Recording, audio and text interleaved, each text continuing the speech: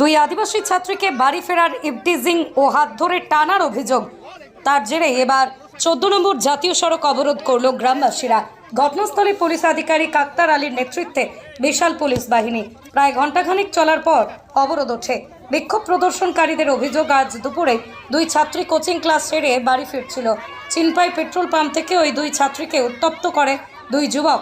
তাদের আরও অভিযোগ, মদ্যপ অবস্থায় ছিল ওই দুই যুবক। ছাত্রী দুটির হাত ধরে টানাটানিও করে। দুই ছাত্রীকে ফলো করতে করতে তাদের গ্রাম পর্যন্ত যায়। এমনকি দুই ছাত্রীকে প্রাণে মেরে ফেলার হুমকিও দেওয়া হয়। তারপরেই সেই দুই ছাত্রী ঘটনার কথা গ্রামে গিয়ে বললে গ্রামবাসীরা এসে অবরোধ করে জাতীয় সড়ক। যদিও পুলিশের দাবি, ঘটনার পর এখনও কোনো অভিযোগ দায়ের হয়নি। পুলিশ ঘটনাস্থলে এসে অবরোধ তুলে দেওয়ার চেষ্টা করলেও প্রথমে অবরোধ তুলতে নারাজ গ্রামবাসীরা, পরে পুলিশের আশ্বাসে অবরোধ তুলে নেয় তারা। রাস্তাঘাটে স্কুলে যাচ্ছে, কলেজে যাচ্ছে, মেয়েদের উপর অত্যাচার করছে, কোথায় কোথায় না হাত দিয়ে বেড়াচ্ছে। আজকে যদি মেয়েদের জান নিয়ে নিত তাহলে আপনারা ফেরত দিতে পারতেন। আজকে দুটো মেয়ে ট্রেনিং এ গেছে, আয়াতে নার্সের ট্রেনিং এ গেছে, তা 3টা বেজে গেছে বাড়ি যেতে।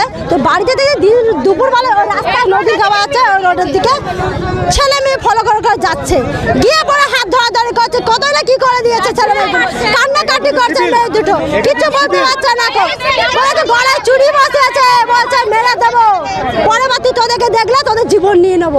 হ্যাঁ, ট্রেনিং এ গেছিল, নার্সের ট্রেনিং এ। ওই কোথাকার ছেলে, আমাদের এখানকার ছেলে, নিশ্চয় ছেলে, মুখ চেনা আছে কিন্তু নাম জানি না। বলুন না, আপনারা ছেলেকে দেখলে আপনারা ছেলেকে নাম চিনতে পারবো? আপনারা শুনলেন। এরপরে আমাদের দাবিগুলো কি কি চাই সেগুলো বলছি। এখানে প্রথম দাবি যে দুটো অস্থায়ী দোকান আছে, এগুলো প্রশাসনের চোখে অনেক দিন ধরেই দেখছে। প্রশাসনের পার্টির লোক এসে বসে থাকে, নেতারা বসে, অথচ বেফালতো লোক বসে থাকে, পুলিশ বসে আড্ডা মারে। এই আড্ডাটা যেন আড্ডাখানা শুধু আড্ডা বসে থাকা চাখানার জায়গা নয়, এখানে প্রচুর নেশা করা হয়, মদ গাঁজা ড্রাগস এরকম আজে বাজে নেশা করা হয়। এগুলো প্রশাসনকে দেখার জন্য আমি অনুরোধ করছি, অনুরোধ।